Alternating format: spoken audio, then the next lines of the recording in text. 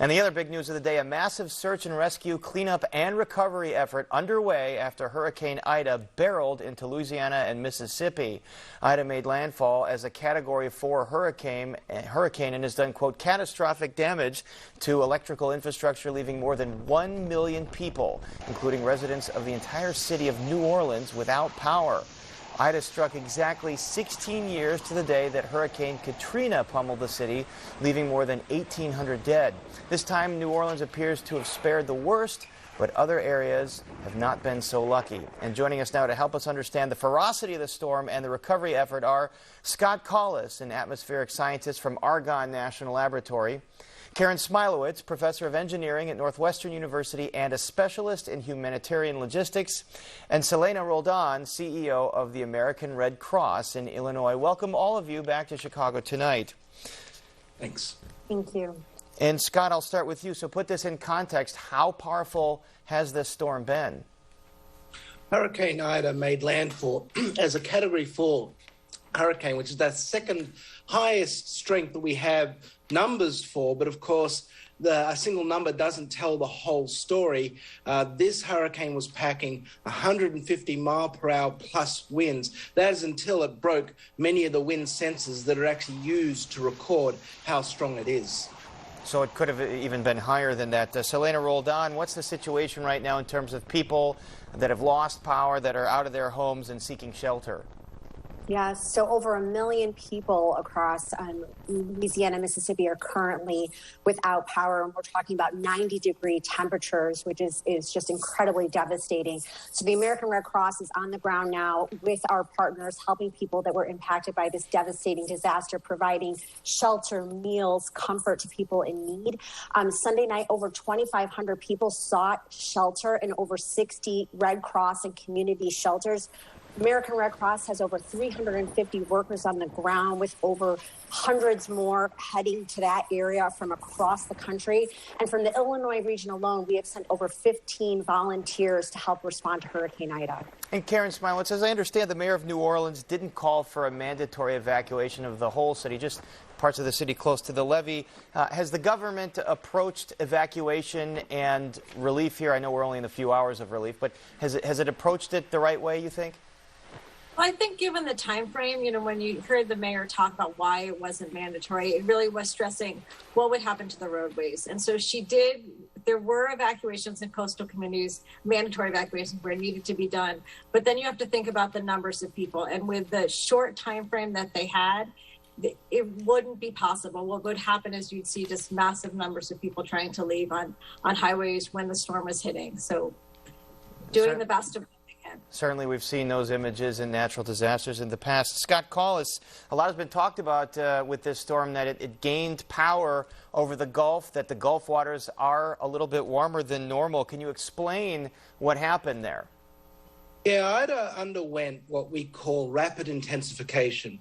And while this is a horrible, terrible event, it's fascinating from a meteorological point of view, because you go from a storm that seemed fairly benign. It was a Category 2 just, a day before hitting, and then ramping up to a Category 4, just about skipping Category 3. And the reason was, as you pointed out, Paris, there was this really warm pool of water right up against the coast. And August is already one of the warmest times of year for the Gulf of Mexico. And those warm waters are like rocket fuel for hurricanes. We often talk about all these storms having ingredients that make them severe. Well, for hurricanes, warm water is like ingredient 1, 2, and 3. The waters just along the coast of the Gulf of Mexico there were running about 2 degrees Celsius warmer than normal. And Scott Collis, I'll stick with you here. This is always a dicey discussion when it comes to these natural events and how much climate change plays a role here. But do you think climate change is playing a role in causing the warmer waters, which, as you just explained for us, soups up these storms? This is about as undicey as it gets, Paris. As I said, hurricanes, survive on warm water. the ocean is where most of the energy from climate change is going right now. And hurricanes are huge weather systems, so a lot less randomness, a lot less chaos in there. So this is about as close as it gets as being able to directly attribute a single storm to climate change. This one was supercharged by the excess energy that's trapped by greenhouse gases. Certainly hard to deny the impacts of climate change in our day-to-day weather events. Now, Celena, what are the most concrete ways viewers watching now can assist folks in New Orleans and in Mississippi? No, absolutely. Thank you, Paris. And this is a devastating event, as we're talking about, and really want to emphasize again that many of the communities impacted were still just recovering from Hurricane Laura and Hurricane Delta last year, and now they're facing another very lengthy recovery. So for the American Red Cross, we are just getting started. We're just getting started, just starting to understand the full long-term impact. So we are going to be there in the weeks and the months to come. So the best ways that someone can support the American Red Cross is by giving your time. We are looking for volunteers both locally and nationally, and also to make a financial donation by going to 1-800-RED-CROSS or to redcross.org. It's important for people to know that 90 cents of every dollar that the American Red Cross brings in goes to providing comfort and care to those affected directly by Hurricane Ida. All right, Karen Smilowitz, I mean, given the climate change discussion here, it appears that we're going to have more of these events in the Gulf region. We remember Hurricane Katrina this day so many years ago, and the aftermath was devastating. Have the relief agencies and government improved the infrastructure to assist people in the aftermath of a storm like this since then? I mean, you heard that in Selena's answer just now about being very targeted in ways to help. Right, the coordination has to be among people who want to help, and Celena gave a really good discussion of how you can do that. And then also at the government level, you know, while there may not have been enough time to do a mandatory evacuation, what you did see was the government step up their planning ahead of time, right? And so you saw FEMA activated, you saw prepositioning of resources, of crews, search and rescue, so bringing to the area who is needed. Now you see that with coordination of restoration of power. There are difficult choices about prioritizing restoration of power. And so I do think that on the coordination and communication, not just within the government, but all of the organizations like the Red Cross that assist. So we've come a long way since Katrina. Scott Collis, seeing as how, you know, climate change is happening and waters are warmer, how in danger is the city of New Orleans and the area around there?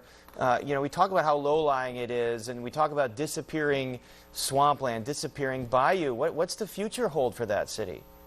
Well, I want to point out two positives in this terrible news story. For one thing, the levees held, which is fantastic. The engineering that went into it was great. This was a more powerful storm, not as large, but wind-wise, a more powerful storm than Katrina. Number two, NOAA, the National Weather Service, absolutely nailed this forecast. They had an accurate track on Thursday. So that allowed, you know, folks like Celena, organization, to really plan for this. So, but we're living climate change right now. This is no longer looking into the future. And the work that is going into a place like New Orleans is the work that needs to be done around the nature in improving our resiliency to these high-end impacts. All right, well, we'll continue to follow the relief efforts. And our thanks to Scott Collis, Karen Smilowitz, and Celena Roldan. Thank you so much. Thank you. Always a pleasure.